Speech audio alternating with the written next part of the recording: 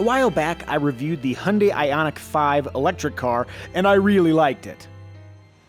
Now imagine the same basic car, but it looks like this.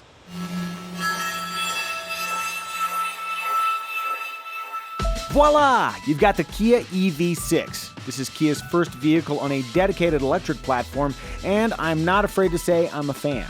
Besides the Hyundai IONIQ 5, with which it shares mechanical underpinnings, the EV6 competes with the Tesla Model Y, Ford Mustang Mach-E, Volkswagen ID.4, and depending on when you're watching this, the Nissan Ariya. To ease you into a better understanding of the EV6, let me bombard you with information. Bombarding! There are 4 trims: Light, Wind, GT Line, and GT. If you rolled your eyes just a little bit when I said Light and Wind, I understand. Starting with the base Light trim, the EV6 features a 58 kilowatt-hour battery pack, a 168 horsepower electric motor driving the rear wheels, 0 to 60 sprints around 8 seconds according to Kia, and an EPA estimated range of 232 miles.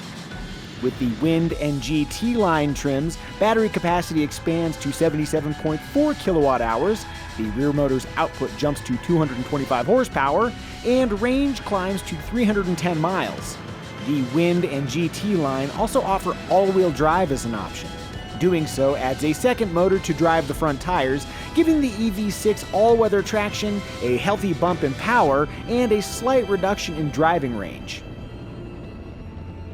That is a lot of detail to absorb, so let's take a pause from the information assault and just gawk at the EV6's sweet style.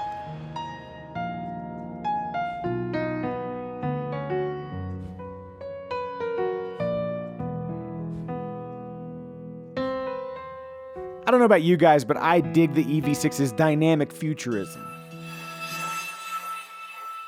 All right, are you ready to dive back into the info? Deep breath. Here we go.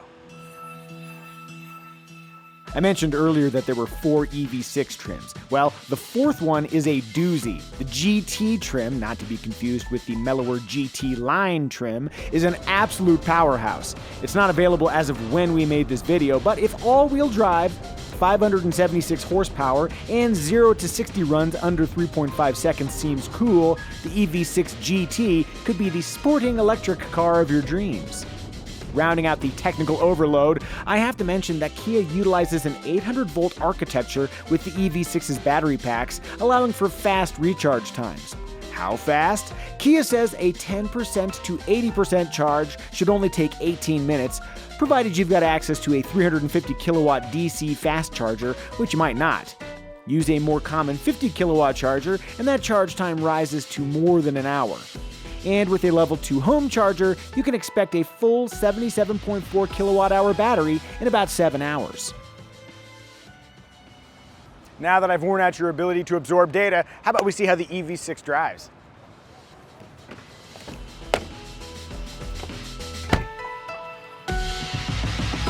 The GT line trim I'm driving has a sporting demeanor that aligns with the EV6's stylistic statement. The steering has a precise feel with natural levels of electric assist. At rollicking speeds, the EV6 is a joy to turn, providing ample grip for a good time. For proof, look at my face. This is my having fun face. During standard commutes, the suspension delivers a comfortable ride that acknowledges the road without being overpowered by it. Meanwhile, visibility is hindered by thick pillars, but not so egregiously that an owner wouldn't get used to it. I do have to lodge one quick complaint though. Right now the sun is coming from this direction and I'm getting so many reflections from the interior, especially the drive selector here. One of my favorite parts of the EV6 driving experience though is the brakes. In many electric cars, the brake pedal has the spongy, unpredictable feel that drives me mad. But not in the EV6. It is so easy to brake smoothly in this thing, a point I'm making now by braking very smoothly. That could have been smoother, actually. I'm gonna blame myself. That's not the car's fault. Being an electric vehicle, the EV6 also offers 4 regenerative braking intensities, including a 1-pedal drive mode that comes to a stop just as smoothly as I can. Oh, that was a hard sentence to speak.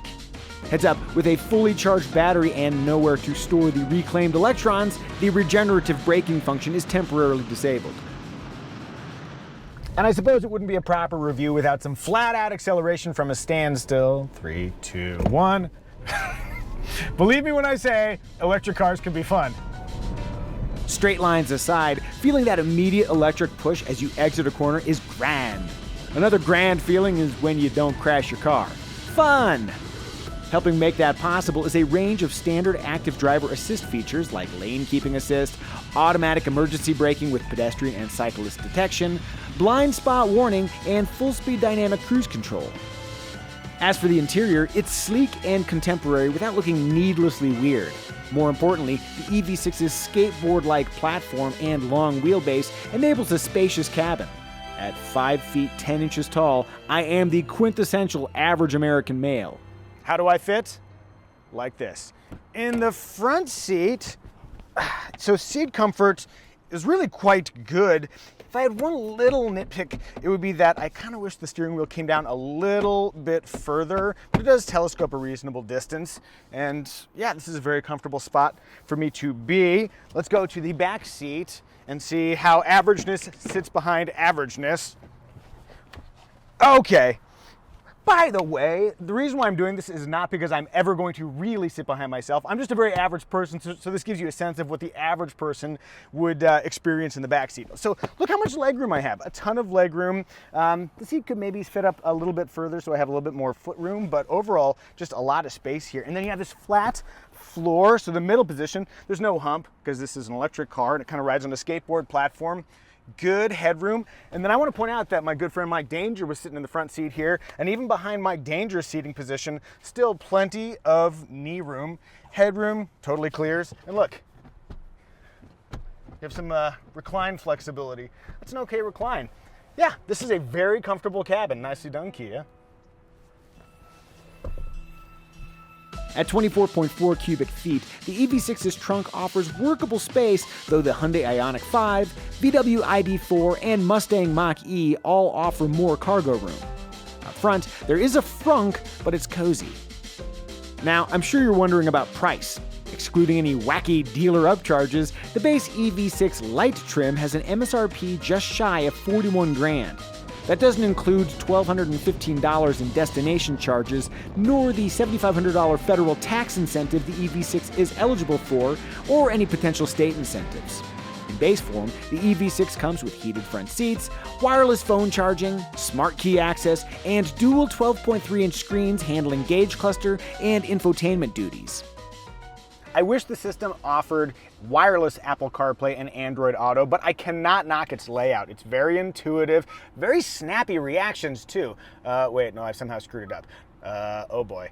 It's gone off the rails. Here we go. Look how snappy that is. Just moves right back and forth. It's almost idiot-proof. I mean, you know.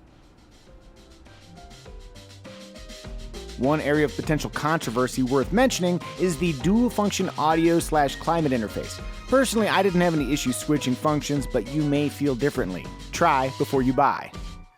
The wind trim adds leatherette seating, premium audio, ventilated front seats, a smart liftgate that opens after 3 seconds when you've got the fob in your pocket, and vehicle-to-load abilities, meaning you can use the EV6 to power items using a 120-volt accessory outlet.